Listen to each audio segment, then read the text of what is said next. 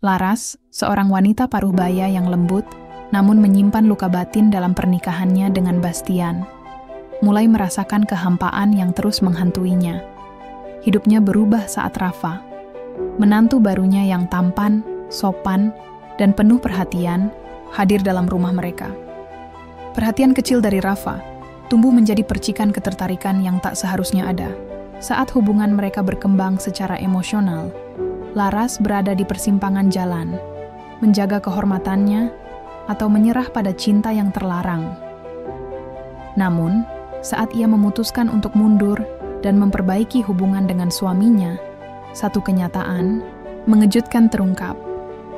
Rafa ternyata adalah anak dari mantan kekasih Laras yang pernah meninggalkannya secara misterius. Kenangan lama yang dikubur bangkit kembali, menjadikan cinta terlarang ini jauh lebih dalam dan menyakitkan daripada sekadar khilaf sesaat. Rumah itu luas, rapi, dan penuh dengan barang-barang mewah. Tapi entah mengapa, bagi Laras, rumah itu terasa hampa. Seperti museum, indah dipandang, tapi dingin dan tak bernyawa. Ia duduk di tepi ranjang, memandangi pantulan dirinya di cermin besar yang menempel di lemari. Rambutnya masih hitam, hanya sedikit uban menyembul di sudut-sudut tersembunyi. Wajahnya tetap manis, walau garis-garis halus mulai berani menampakkan diri. Laras tahu ia masih cantik, meski pesonanya tak lagi membuat Bastian berpaling. Suaminya, Bastian, sejak lama lebih sibuk dengan pekerjaannya sebagai pengusaha properti. Pagi berangkat sebelum matahari naik, malam pulang ketika Laras sudah hampir tertidur. Percakapan mereka kini hanya sekadar formalitas tentang listrik, belanja bulanan, atau jadwal servis mobil. "Besok kamu ikut makan malam keluarga di hotel Grand Aria?" tanya Bastian malam itu tanpa menoleh dari laptopnya. Laras mengangguk kecil. "Iya, kalau kamu sempat jemput. Kalau enggak, minta Rafa anterin. Dia biasanya kosong malam minggu." Rafa nama itu, dalam beberapa bulan terakhir, seringkali mengalir di pikirannya tanpa permisi. Menantu barunya, suami dari anak perempuannya, Ayu. Rafa adalah tipe pria yang, entah bagaimana, membawa nuansa berbeda. Tidak seperti Bastian yang kaku dan to the point, Rafa hangat, sabar, dan menyenangkan. Laras masih ingat saat pertama kali mengenalnya, Rafa datang membawa sekeranjang buah saat Ayu sakit. Ia memanggil Laras dengan panggilan Bu, tanpa canggung, memijat pundaknya saat Laras kelelahan usai memasak, bahkan tak sungkan menyapu lantai meski Laras sudah melarang. "Bu Laras, saya bisa bantu cuci piring?" "Loh, enggak usah, kamu tamu." "Tamu yang jadi keluarga, kan?" Saat itu Laras tertawa kecil, tapi hatinya menghangat. Sudah lama sekali ada pria yang memandangnya dengan perhatian, walau hanya sebatas ibu mertua. Tentu saja Laras tidak pernah berniat macam-macam. Ia sadar diri. Rafa adalah suami anaknya sendiri. Tapi waktu demi waktu, perhatiannya tak bisa ia bendung, apalagi saat rumah ini makin sunyi. Ayu dan Rafa kini tinggal di apartemen sendiri, tapi Rafa masih sering datang untuk membantu Laras, mengurus rumah saat Bastian pergi keluar kota. Hari ini pun begitu. "Bu, pintu pagar tadi agak berat. Mau saya perbaiki sekalian?" Laras terkejut saat melihat Rafa sudah berdiri di ruang tengah, membawa sebotol air minum. "Loh, kamu datang enggak bilang-bilang." "Saya tahu Bu Laras biasanya lagi duduk baca di taman jam segini.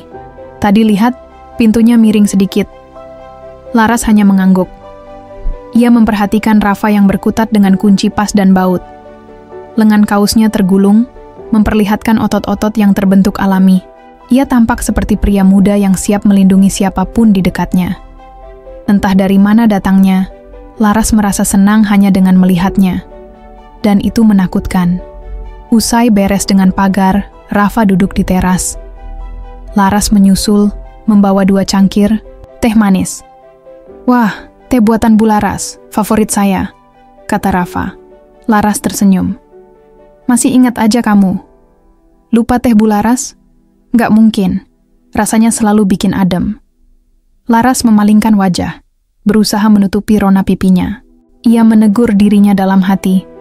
"Sudah, Laras, Jangan berlebihan. Dia cuma anak dari anakmu. Tapi bagaimana jika perhatian Rafa bukan sekadar basa-basi?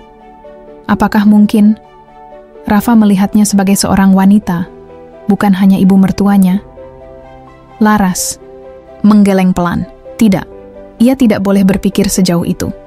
Tapi ia juga tidak bisa membohongi dirinya sendiri. Hatinya kini sedang tidak tenang. Ada ruang dalam dirinya yang selama ini kosong, dan Rafa perlahan mengisinya dengan cara yang lembut dan memabukkan. Saat senja turun, Laras berdiri dan membereskan cangkir teh. Rafa membantu membawanya ke dapur. Saat tangan mereka bersentuhan, secara tak sengaja ada keheningan sesaat. Laras menahan napas. Mereka berpandangan sekejap. Lalu Rafa tersenyum. Senyum kecil, sederhana, tapi cukup untuk membuat jantung Laras berdetak lebih cepat. Malam itu, saat Laras sendirian di kamar, ia menangis. Bukan karena Rafa, tapi karena dirinya sendiri. Karena untuk pertama kalinya dalam hidup ia merasa hidup. Namun, rasa itu muncul dari tempat yang salah, dan yang lebih menakutkan, ia tak ingin rasa itu hilang. Hari Minggu pagi, Laras duduk sendirian di ruang makan. Meja panjang, yang biasanya hanya berisi 2 piring kini kembali kosong. Tak ada Bastian, tak ada anak-anak, hanya dirinya dan denting sendok yang beradu dengan cangkir teh. Dulu, Laras bermimpi akan punya keluarga yang hangat. Meja makan yang ramai dengan tawa dan cerita. Tapi nyatanya, sejak Ayu menikah dan pindah, dan Bastian semakin sibuk dengan proyek-proyeknya, Laras merasa seperti tamu di rumah sendiri. Bastian bukan suami yang kasar, bukan juga pria yang tak bertanggung jawab.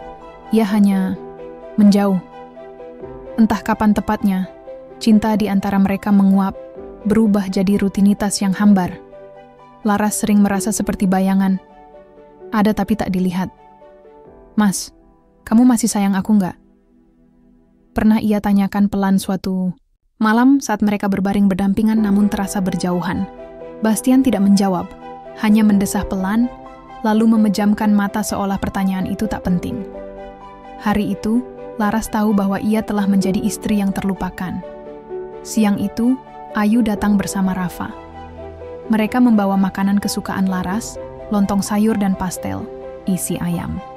Satu hal yang selalu Laras kagumi dari menantunya. Ia ingat detail kecil yang kadang bahkan Bastian lupakan. "Ayu mana?" tanya Laras saat menyambut Rafa di depan pintu. Rafa membawa 2 kantong belanja besar. Dia lagi video call sama temennya. Katanya sebentar nyusul. Laras hanya mengangguk, lalu mengajak Rafa masuk. Saat berada di dapur, Rafa membuka satu persatu isi kantong belanja. "Saya sekalian beliin Bu Laras kopi favorit. Itu yang kemarin habis kan?" Laras menoleh. "Kok kamu tahu?" Rafa tersenyum kecil. "Saya lihat toplesnya kosong waktu terakhir ke sini." Perhatian-perhatian kecil itu seperti air di tengah dahaga. Laras merasa dihargai, diingat, bahkan dimengerti. Bukan sebagai ibu mertuanya, tapi sebagai manusia. Saat mereka menyusun makanan di meja, tiba-tiba Rafa bertanya, "Bu Laras, boleh tanya sesuatu yang agak pribadi?" Laras menoleh sedikit gugup. "Apa? Bu Laras bahagia nggak sama hidup Bu sekarang?" Pertanyaan itu menghentikan waktu sejenak. Laras menarik napas dalam, mencoba menjawab dengan senyum. Tapi senyum itu terasa getir. "Aku baik. Banyak yang lebih susah hidupnya." "Beda, Bu. Saya nggak tanya soal susah atau nggak, tapi bahagia." Laras tak menjawab. Di dalam hatinya ada suara kecil yang ingin berteriak. "Tidak, aku kesepian. Aku haus perhatian. Aku ingin merasa dicintai lagi." Tapi ia hanya diam, menunduk, dan sibuk mengatur sendok. "Maaf ya Bu, nggak sopan nanya begitu," ujar Rafa cepat-cepat, seolah menyesal. Laras menggeleng. "Nggak apa-apa. Kadang, orang asing justru lebih bisa kita ajak bicara." Rafa tertawa kecil. "Saya bukan orang asing, Bu. Saya keluarga. Keluarga. Ya, Tapi kenapa hatinya berdebar setiap kali mendengar suara Rafa? Kenapa jantungnya berdetak lebih cepat setiap kali mata mereka bertemu? Kenapa ia mulai menantikan kunjungan singkatnya, bahkan lebih dari sapaan suaminya sendiri? Laras merasa bersalah, tapi juga tak bisa mengingkari perasaannya. Sore itu, Laras membuka kembali album foto lama di kamar. Ia mencari-cari kenangan masa muda, saat ia dan Bastian masih saling pandang penuh cinta. Ada foto mereka di pantai, berdua dengan tawa lebar. Ada juga foto saat Ayu baru lahir. Bastian memeluk mereka dengan senyum bangga. "Kapan ya perasaan itu hilang?" bisiknya lirih. Laras menyentuh foto Bastian muda dengan ujung jarinya. Dulu, pria itu membuatnya berbunga-bunga hanya dengan satu pujian. Kini, bahkan satu tatapan pun terasa mahal. Dan dari balik bayang-bayang ingatan, wajah Rafa muncul. Bukan Rafa sebagai menantu, tapi Rafa sebagai sosok yang menyadarkan bahwa hatinya belum mati. Laras tahu ini salah. Ia ibu dari Ayu, dan Rafa adalah suaminya. Tapi perasaan tak pernah bisa diatur. Ia datang seperti hujan, kadang membawa kesegaran, kadang membawa banjir. Malamnya, Bastian pulang lebih awal dari biasanya. Ia duduk di ruang tamu, membuka laptop seperti biasa. "Mas mau makan?" tanya Laras. "Nggak usah, aku udah makan di kantor," jawabnya tanpa menoleh. Laras menatap punggung suaminya. Begitu jauh, begitu asing. Dalam hati kecilnya Laras bertanya, "Kalau aku menghilang besok pagi, apakah Mas Bastian akan mencariku?" Dan di saat yang sama, ia bertanya pula, "Kalau aku jatuh sakit, siapa yang akan datang pertama kali?" Ia tahu jawabannya. Dan itu bukan suaminya. Sejak percakapan sore itu di dapur, ada sesuatu yang berubah. Laras tidak bisa berhenti memikirkan Rafa. Ucapan-ucapannya yang lembut, sorot matanya yang hangat, dan kepeduliannya yang tak dibuat-buat. Semua itu membekas, membentuk percikan kecil di hati Laras yang lama-lama membara diam-diam. Ia tahu ini salah, tapi ia juga manusia. Hari-hari berlalu seperti biasa, namun perasaan Laras tak pernah benar-benar tenang.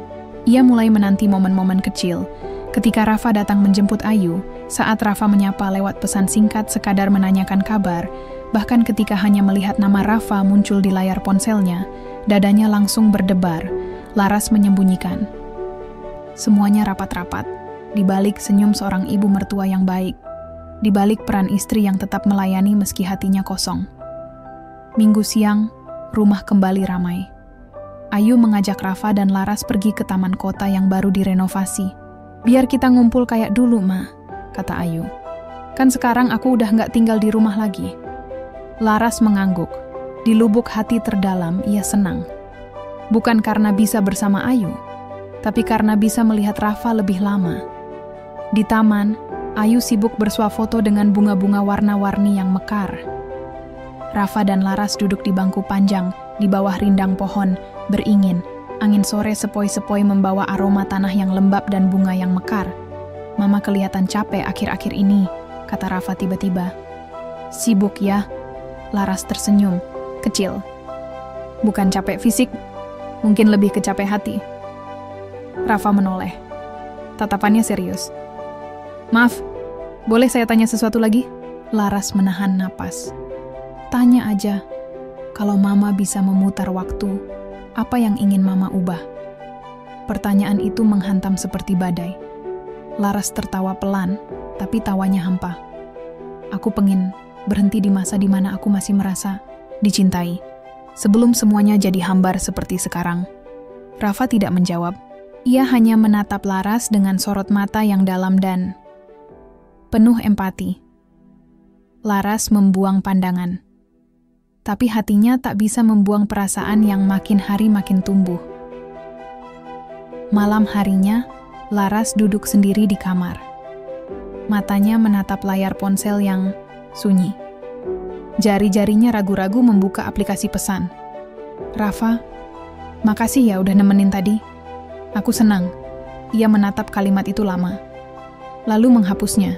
Mengetik lagi, "Rafa, Mama minta maaf ya kalau belakangan ini Mama banyak cerita yang aneh-aneh." Hapus lagi. Akhirnya, ia hanya mengirim satu pesan pendek. "Terima kasih hari ini, Rafa." Hati Mama terasa lebih ringan. Tak lama, balasan muncul. "Sama-sama, Ma. Rafa juga senang bisa ngobrol sama Mama. Mama itu orang yang hangat dan kuat." Hati Laras meleleh. Ia tahu, ia tidak boleh membiarkan ini terus tumbuh. Tapi ia juga tidak tahu caranya berhenti. Beberapa hari kemudian, hujan turun deras. Ayu sedang di luar kota karena pekerjaan. Bastian, seperti biasa, menginap di kantor karena rapat mendadak. Rumah Laras sepi. Sore itu, lampu tiba-tiba padam. Laras menyalakan lilin dan duduk di ruang tamu, menyelimuti diri dengan jaket tipis. Hujan mengguyur atap seperti jenderang yang tak henti berdentum. Tiba-tiba, suara motor berhenti di depan rumah. Pintu diketuk pelan. "Rafa?" Ia berdiri cepat. Membuka pintu, mendapati Rafa basah kuyup sambil membawa satu termos dan payung lipat. "Mama, belum makan kan? Tadi saya masakin SOP. Kirain Mama sendirian." Laras tercekat.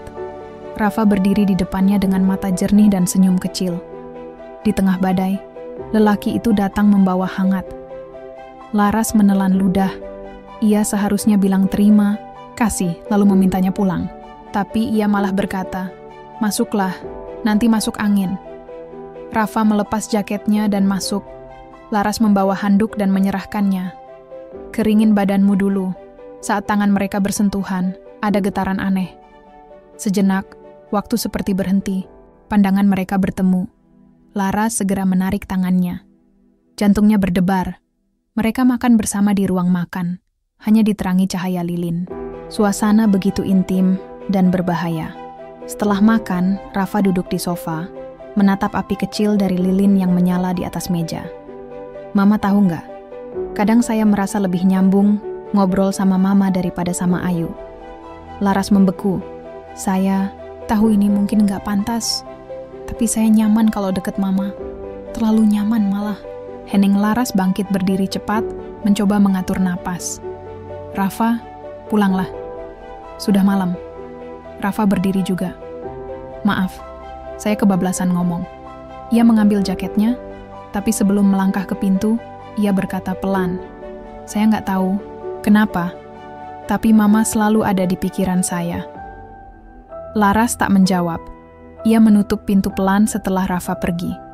Dan saat malam kembali sunyi, air mata jatuh di pipinya.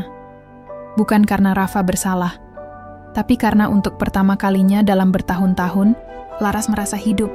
Sejak malam itu, Laras mulai takut pada dirinya sendiri. Takut akan detak jantung yang berdegup kencang setiap kali mendengar notifikasi pesan. Takut pada harapan-harapan kecil yang tumbuh saat membuka tirai pagi, berharap Rafa akan tiba lebih wawal. Takut pada senyum-senyum hangat yang dulu hanya dianggap sekadar sopan, kini mulai bermakna lebih.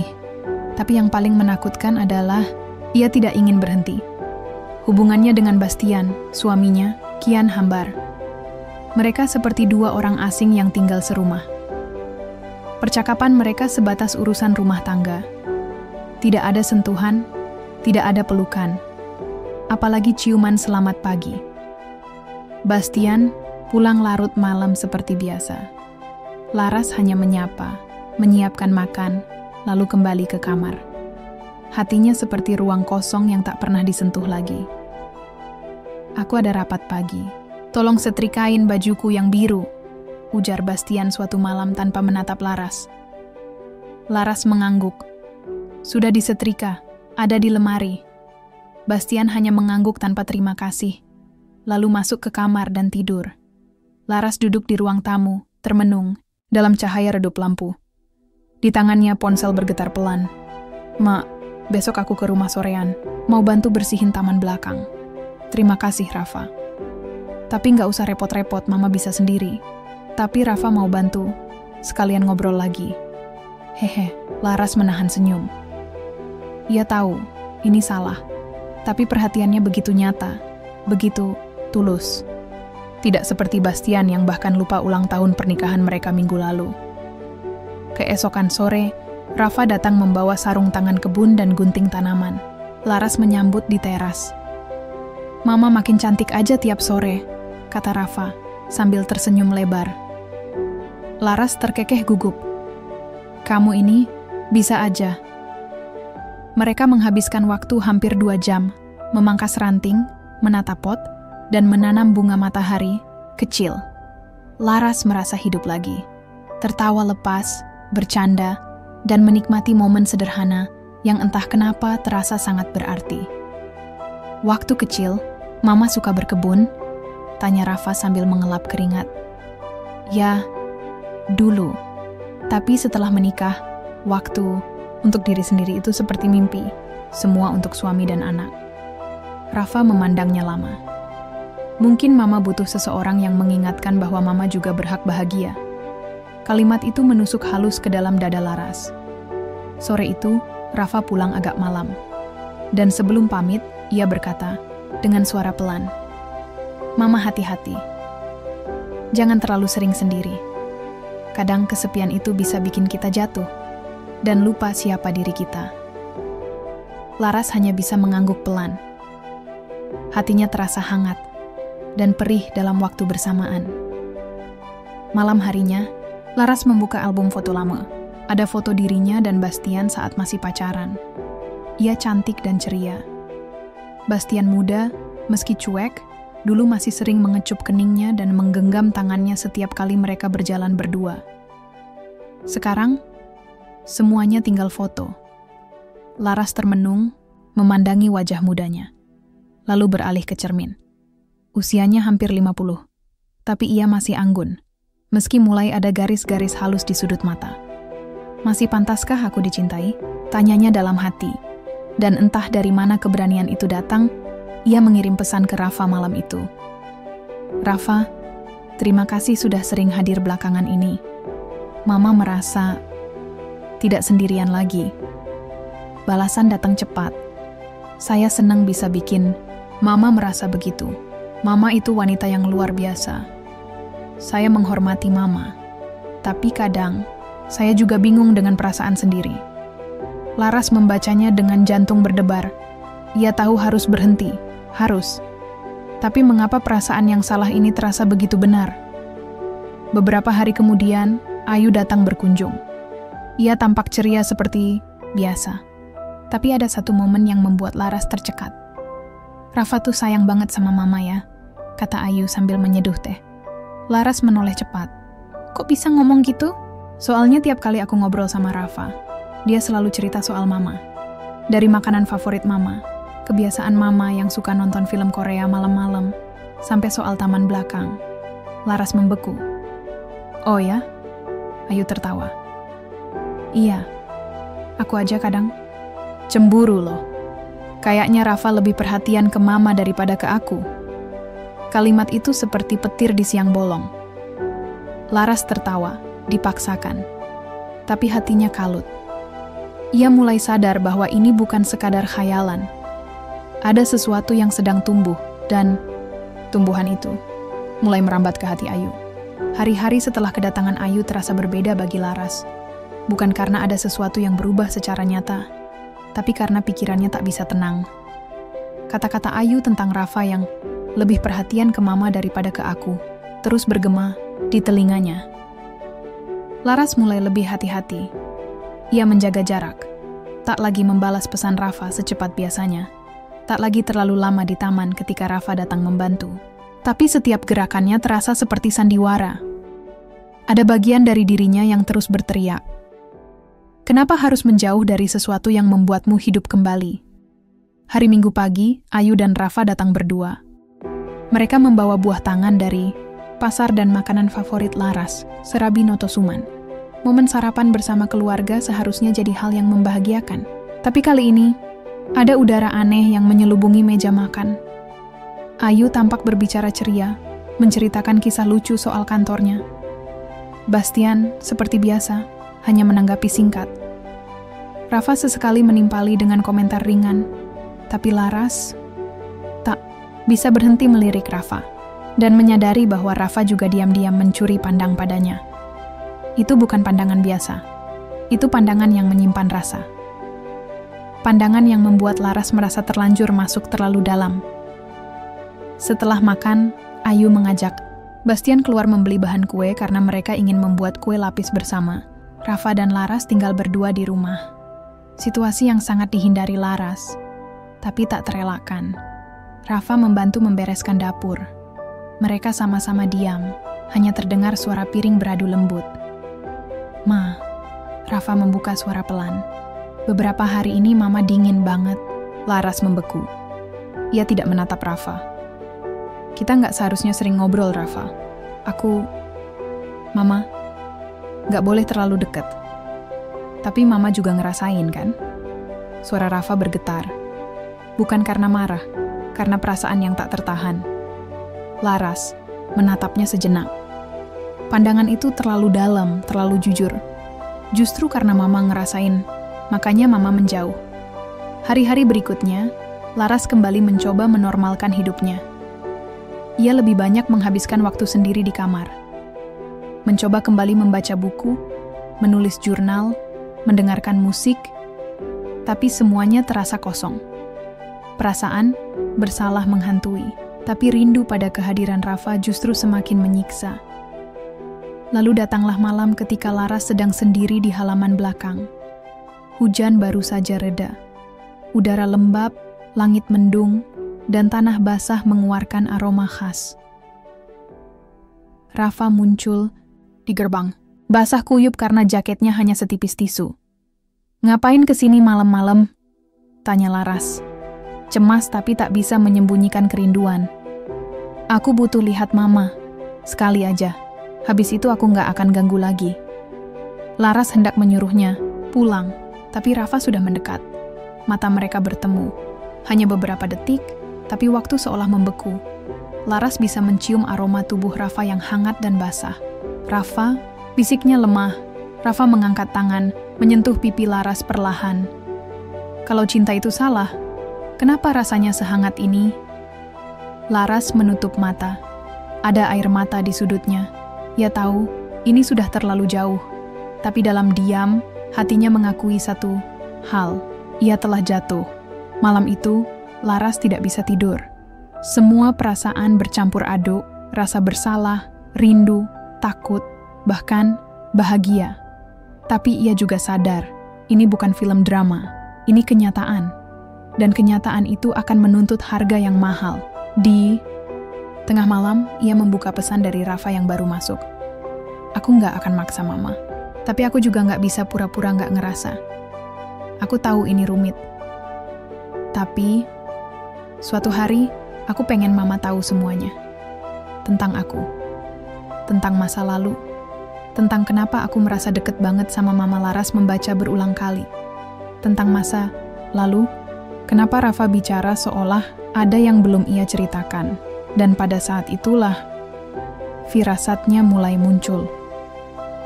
Bahwa apa yang mereka rasakan bukan hanya soal rasa, tapi juga mungkin tentang sesuatu yang lebih dalam, lebih tua, dan lebih mengejutkan dari yang pernah ia bayangkan. Pagi itu udara mendung. Hujan belum turun, tapi langit tampak berat menahan beban. Seperti hati Laras yang makin hari makin sesak. Sejak malam ketika Rafa mengirim pesan tentang masa lalu, Laras tak bisa berhenti memikirkan kalimat itu.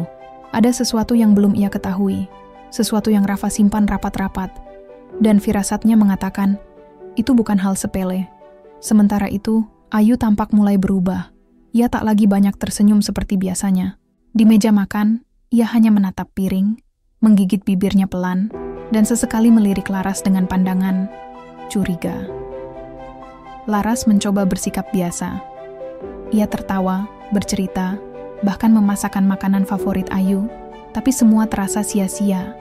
Hingga sore itu, ketika mereka hanya berdua di dapur, Ayu berkata tanpa basa-basi, "Mah, aku mau nanya, Mama suka sama Rafa ya?" Laras membeku. Pisau di tangannya yang sedang memotong wortel jatuh ke lantai dengan bunyi nyaring.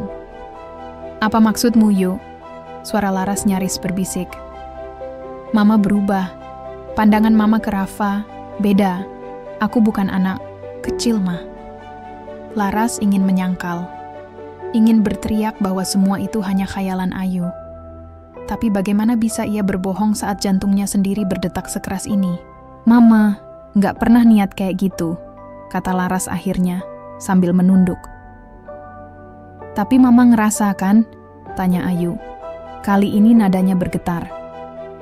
Air mata Laras menetes, tanpa bisa ia tahan. Maafkan Mama. Ayu hanya menatapnya kosong, tak ada air mata di matanya. Hanya luka yang sunyi. Rafa juga berubah. Dia lebih sering pulang ke sini daripada ngajak aku keluar. Dia lebih sering nyari Mama dibanding aku.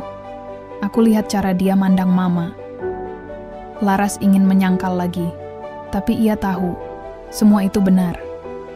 Ayu berbalik dan meninggalkan dapur tanpa sepatah kata. Suara langkahnya di tangga terdengar seperti palu godam yang menghancurkan dunia Laras. Malamnya, Laras mendapat pesan dari Rafa. Aku pengen ketemu Mama. Sekarang. Mereka akhirnya bertemu di taman kompleks, tempat biasa mereka. Dulu bercanda dan ngobrol. Tapi malam ini suasananya berbeda. Rafa tampak gelisah. Wajahnya pucat, tangan di saku jaketnya terus menggenggam dan membuka. Ayu tahu, kata Laras langsung. Rafa mengangguk. Aku tahu. Dia nggak ngomong tapi dia dingin banget. Aku nyesel, Mah. Laras menghela napas panjang. Kita salah, Rafa. Semua ini salah.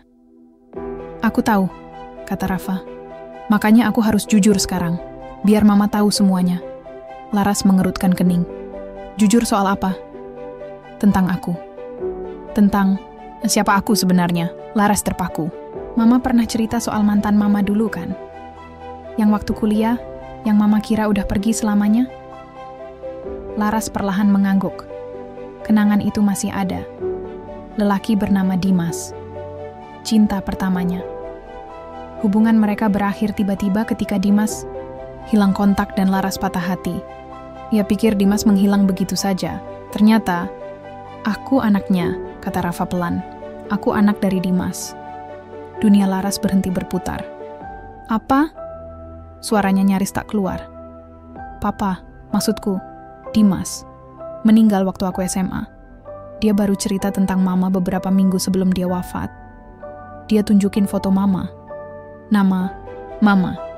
Tapi aku nggak pernah punya keberanian buat nyari sampai aku ketemu Ayu. Laras menggeleng-geleng, tak percaya. Tapi, Ayu bukan siapa-siapa buat kamu saat itu. Ayu memang baik. Tapi waktu aku tahu dia anak Mama, aku bingung. Aku kira perasaan ini cuma kekaguman karena Mama mirip sama sosok yang sering diceritain Papa. Tapi makin lama, makin sulit dibedain. Air, mata Laras mengalir tanpa henti. Jadi semua ini, kita saling tertarik. Bukan cuma karena kedekatan, tapi karena kamu bagian dari masa laluku. Dan Mama bagian dari hidup yang seharusnya aku punya. Tambah Rafa pelan. Laras pulang malam itu dalam keadaan hancur. Ia merasa menjadi perempuan paling berdosa di dunia. Tapi di balik semua itu, ada luka lama yang terbuka kembali. Luka tentang Dimas. Tentang cinta yang tak pernah selesai. Kini luka itu kembali, dalam bentuk anak dari pria itu, yang juga mencintainya. Dan besok, Laras tahu, segalanya tidak akan pernah sama lagi. Pagi itu, suasana rumah sunyi. Tak ada suara Ayu di dapur. Tak ada tawa kecil yang biasanya terdengar saat Laras menyiapkan sarapan. Yang ada hanya hening. Dan rasa was-was yang menggantung seperti kabut tebal di pagi yang dingin. Laras melangkah ke kamar Ayu, mengetuk perlahan. Yu, Mama masuk ya, namun kamar itu kosong. Lemari terbuka, beberapa pakaian hilang. Begitu pula koper kecil warna biru yang biasa Ayu bawa saat liburan. Di meja, ada secarik kertas yang ditulis tangan. Ma, aku butuh waktu sendiri. Aku pergi ke tempat Tante Sari di Bandung. Tolong jangan cari aku dulu. Aku sayang Mama. Tapi aku kecewa. Hancur. Tolong jaga Papa. Ayu.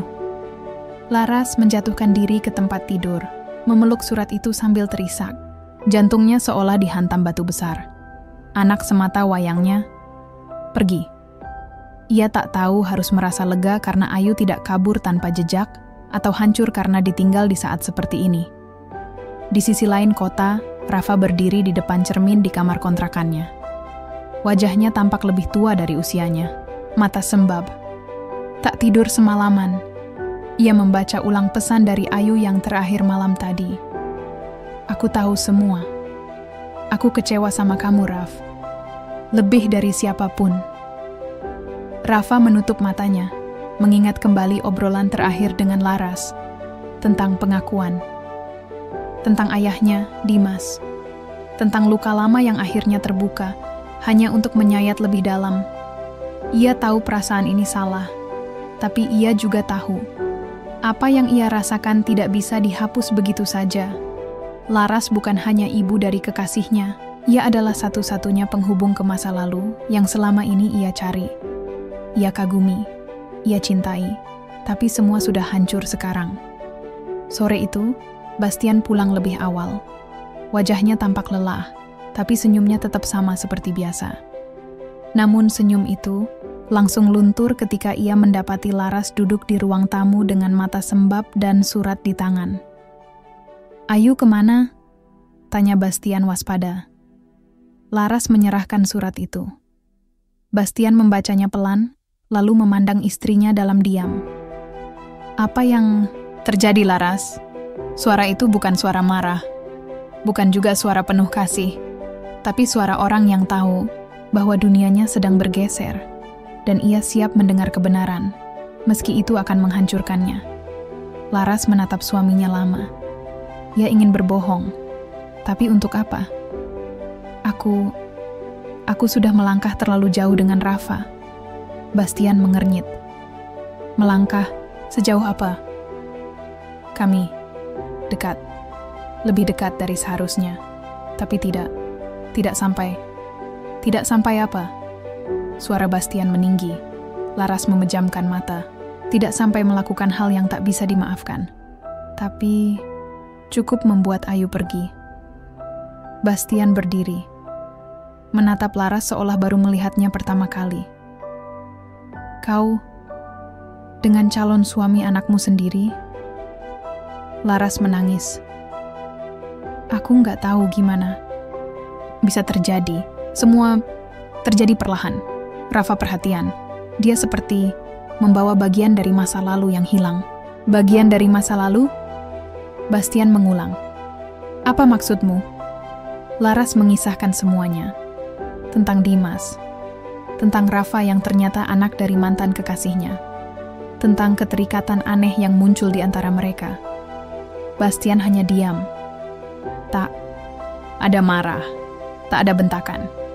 Tapi wajahnya runtuh, seperti rumah tua yang sudah terlalu lama menahan beban. "Selama ini, aku berusaha jadi suami baik. Mungkin aku nggak romantis. Tapi aku selalu pulang. Aku selalu ada. Tapi ternyata, itu nggak cukup buatmu ya." Laras ingin memeluknya, tapi Bastian mundur. "Aku butuh waktu." Dan untuk pertama kalinya sejak menikah, Bastian keluar rumah malam itu tanpa pamit kemana ia akan pergi. Malam itu Laras duduk sendiri di teras. Hujan turun rintik-rintik, udara dingin menyusup ke tulang. Rumah itu kini terasa kosong, tanpa Ayu, tanpa Bastian, dan tanpa Rafa. Ia menatap langit malam, berharap semua ini hanya mimpi buruk. Tapi kenyataannya, cinta yang tak seharusnya telah menghancurkan segalanya. Dan ia hanya bisa bertanya dalam hati, apakah cinta itu selalu harus tentang rasa? Atau tentang siapa yang pantas menerimanya? Hujan turun deras sejak pagi. Laras masih duduk di ruang tamu dengan mata yang lelah, seperti tak tidur semalaman.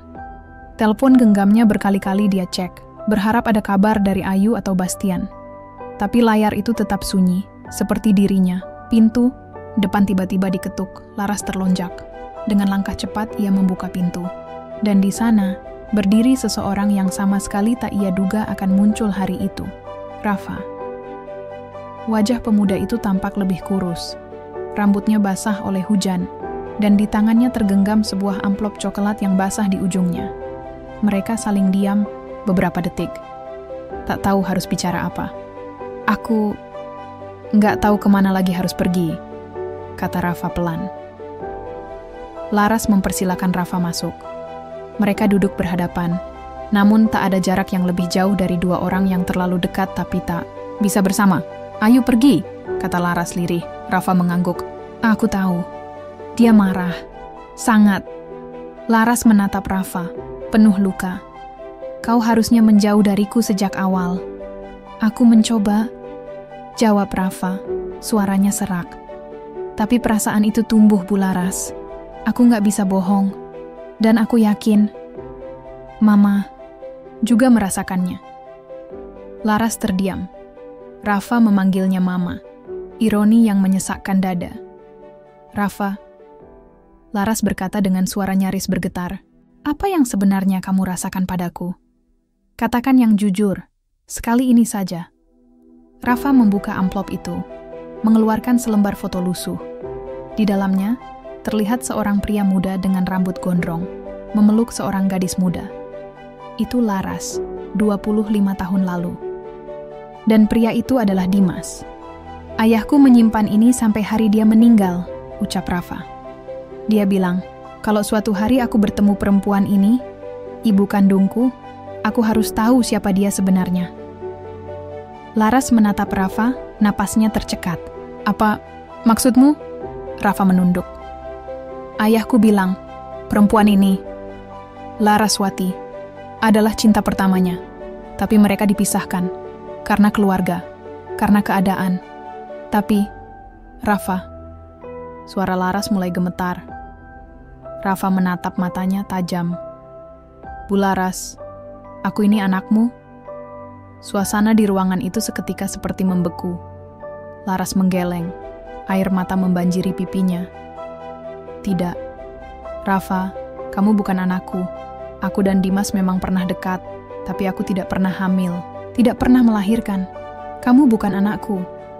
Rafa mengembuskan napas panjang, seolah lega dan kecewa sekaligus. Jadi, selama ini aku berharap, kalau kamu ibuku, mungkin aku bisa melupakan perasaan ini. Laras memalingkan wajah. Perasaan, ini salah Rafa, tapi nyata. Hening, hanya suara hujan yang terdengar, dan detak jantung mereka yang seolah saling mengejar. Dulu aku mencari sosok ibu di kamu, Bu Laras. Tapi seiring waktu, aku malah jatuh cinta, kata Rafa lirih. Dan aku terlalu rapuh, terlalu haus kasih sayang, jawab Laras, sampai lupa batasan. Apa kita terlalu rusak untuk diperbaiki? Tanya Rafa lirih. Laras menatapnya. Bukan rusak, tapi kita harus tahu luka yang kita bawa bukan untuk dirawat satu sama lain, tapi untuk kita sembuhkan sendiri-sendiri. Rafa berdiri, menatap Laras untuk terakhir kalinya, sebelum melangkah ke pintu. Aku akan pergi dari hidup kalian, termasuk dari Ayu. Itu harga yang harus aku bayar, katanya pelan. Terima kasih sudah membuat aku mengenal cinta, meski cinta itu nggak bisa kumiliki. Sebelum pergi, Rafa berhenti sejenak. Oh ya, Bu Laras, dulu ayahku sering cerita tentang satu nama yang tak pernah dia lupakan, Laraswati. Sekarang aku tahu kenapa. Dan ia pergi. Malamnya Laras duduk di ranjang sendirian. Ia membuka kembali kotak lama yang tersimpan di lemari bawah tempat tidur.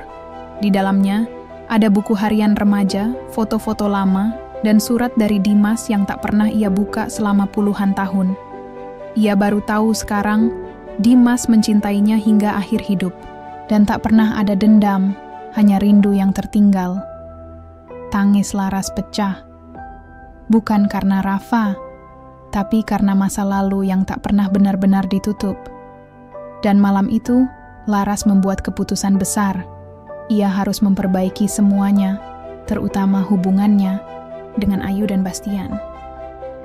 Bukan demi menebus kesalahan, tapi demi menyelamatkan yang masih bisa diselamatkan. Sudah seminggu sejak Rafa pergi.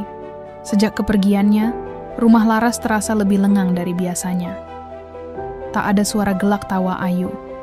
Tak ada kehadiran Bastian yang dulu selalu terlambat pulang kini, justru memilih untuk tinggal di apartemen kantornya. Laras benar-benar sendiri. Tapi kali ini, ia tak lagi mengasihani diri. Ia memilih berdiri. Pagi itu, Laras mengenakan pakaian sederhana dan tanpa makeup seperti biasanya. Wajahnya polos, tapi matanya tak lagi kosong. Ia menggenggam ponsel, menatap nama yang sudah berhari-hari ia abaikan. Ayu. Dengan tangan sedikit. Gemetar Laras menekan tombol call berdering 1 kali. 2 kali. Halo? Suara Ayu terdengar ragu. Ayu. Ini Mama. Suara Laras lirih. Boleh kita bicara? Sunyi. Ayu tak menjawab.